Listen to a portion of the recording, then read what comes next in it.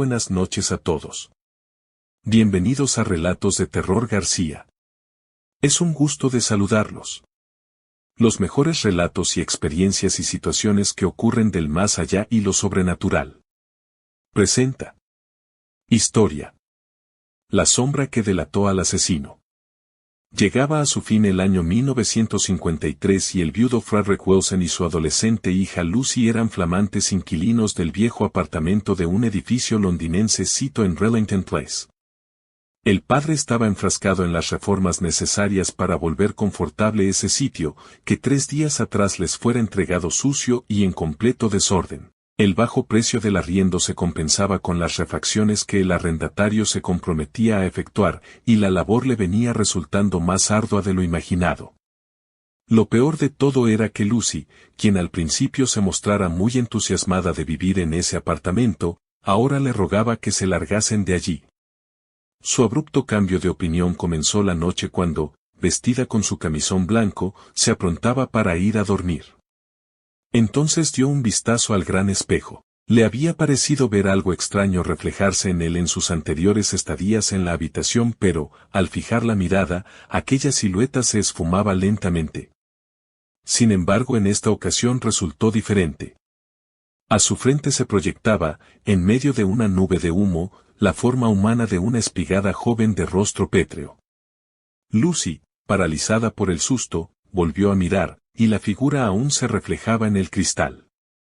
La mujer fantasmal seguía inmóvil entre las brumas, pero de pronto alzó un brazo y apuntó con su dedo índice a la pared lateral. La jovencita reunió coraje y giró para mirar hacia el sector indicado. Buscó a su alrededor pero no había nadie. Nuevamente miró el espejo, y el pálido rostro aún se reflejaba, mostrando ahora una mueca de súplica.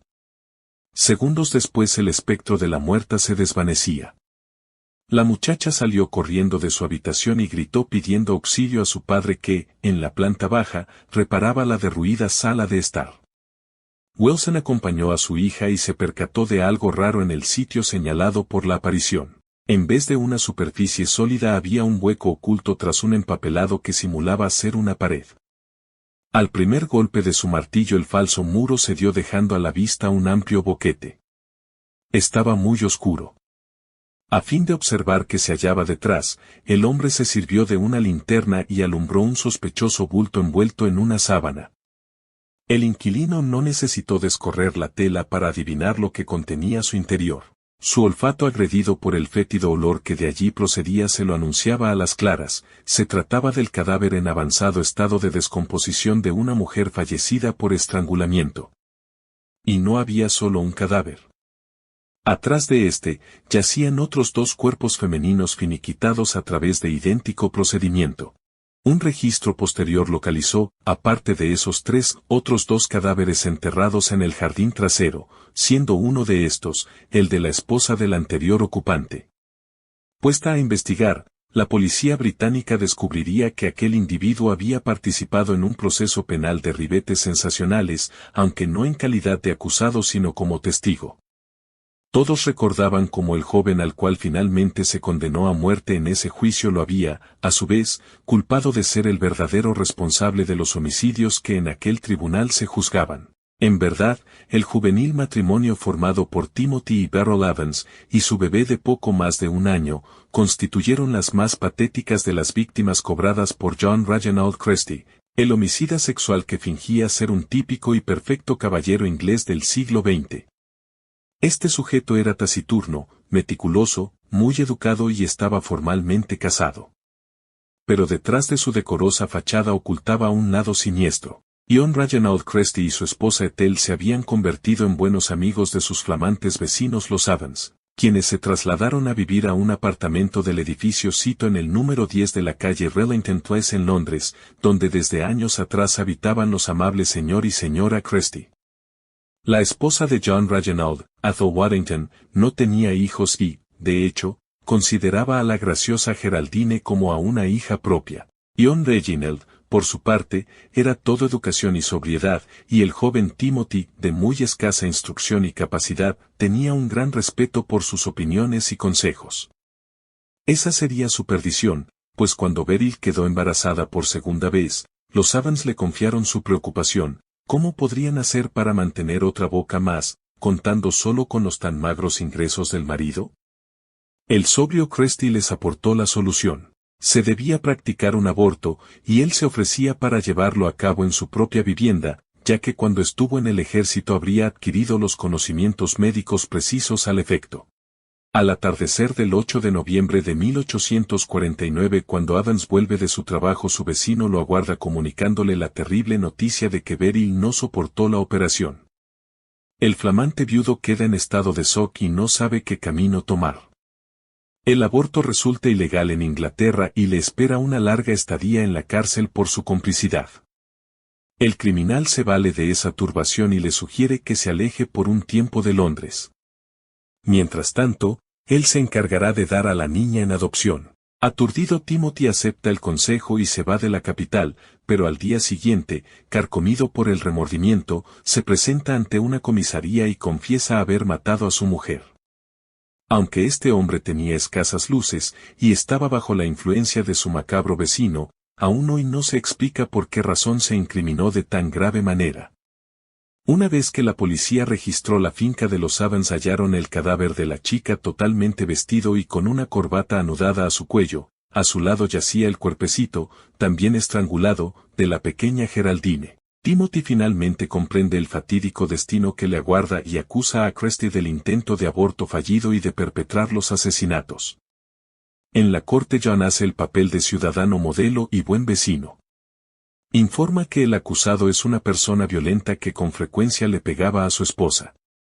Se trata de una mentira, pero le creen. Cuando el abogado de Adams recuerda que Cresty estuvo años atrás 4 veces detenido por cometer estafas y hurtos, el fiscal sale en su defensa. John Reginald luchó en la guerra, fue herido por su país y luego trabajó para la policía, con correctos antecedentes, y le pide al jurado que sea clemente. No se está juzgando a este intachable ciudadano aunque haya tenido algunos problemas con la ley en su pasado.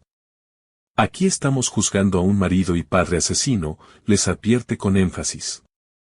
El jurado encontró a Adams culpable y fue condenado a expirar en la horca. John Cresty había salvado de milagro su pellejo, pero no por eso se corrigió. Antes de ultimar a Beryl y a la niña ya había abusado de 2 mujeres a las que estranguló. Luego de la injusta muerte de Adams siguió por la senda del crimen. El 14 de diciembre de 1952 su esposa Ethel se despierta presa de un fuerte acceso de tos y convulsiones. Su marido finge ayudarla, pero en vez de ello le aprieta el cuello hasta matarla. El cadáver termina oculto tras el hueco de la pared que tiempo más tarde el nuevo inquilino descubrirá junto a los restantes cuerpos. Desorientado, Cresty abandona su trabajo y sale a vagar por las calles de Londres. En marzo de 1953 un policía lo detiene cuando miraba con intenciones aparentemente suicidas desde la barandilla del puente Putney. Estaba requerido por los homicidios de Ethel y de las otras mujeres cuyos cadáveres se hallaron en su antigua vivienda.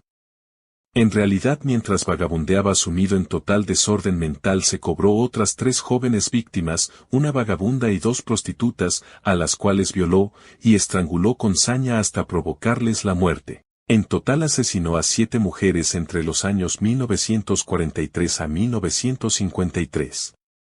Negó haber victimado a la niña Geraldine, pero todo indica que también la mató. El 15 de julio de 1953 fue colgado en cumplimiento del mandato dictado por el mismo tribunal que 3 años antes había impuesto la máxima sentencia sobre el inocente Timothy Evans. Transcurrida más de una década de estos trágicos sucesos, los tribunales británicos exculparon públicamente a este último, y su memoria fue reivindicada. Los grupos abolicionistas de la pena capital tomaron el triste caso de Adams como bandera de lucha contra los peligros e injusticias que esta clase de condena irreparable conlleva. Si te gustó el relato, regálame un pulgar arriba, no olvides en dejar tus comentarios. Gracias por ser parte de esta comunidad. En colaboración con el licenciado Gabriel Antonio Pombo. Saludos a todos nuestros seguidores. Hasta la próxima.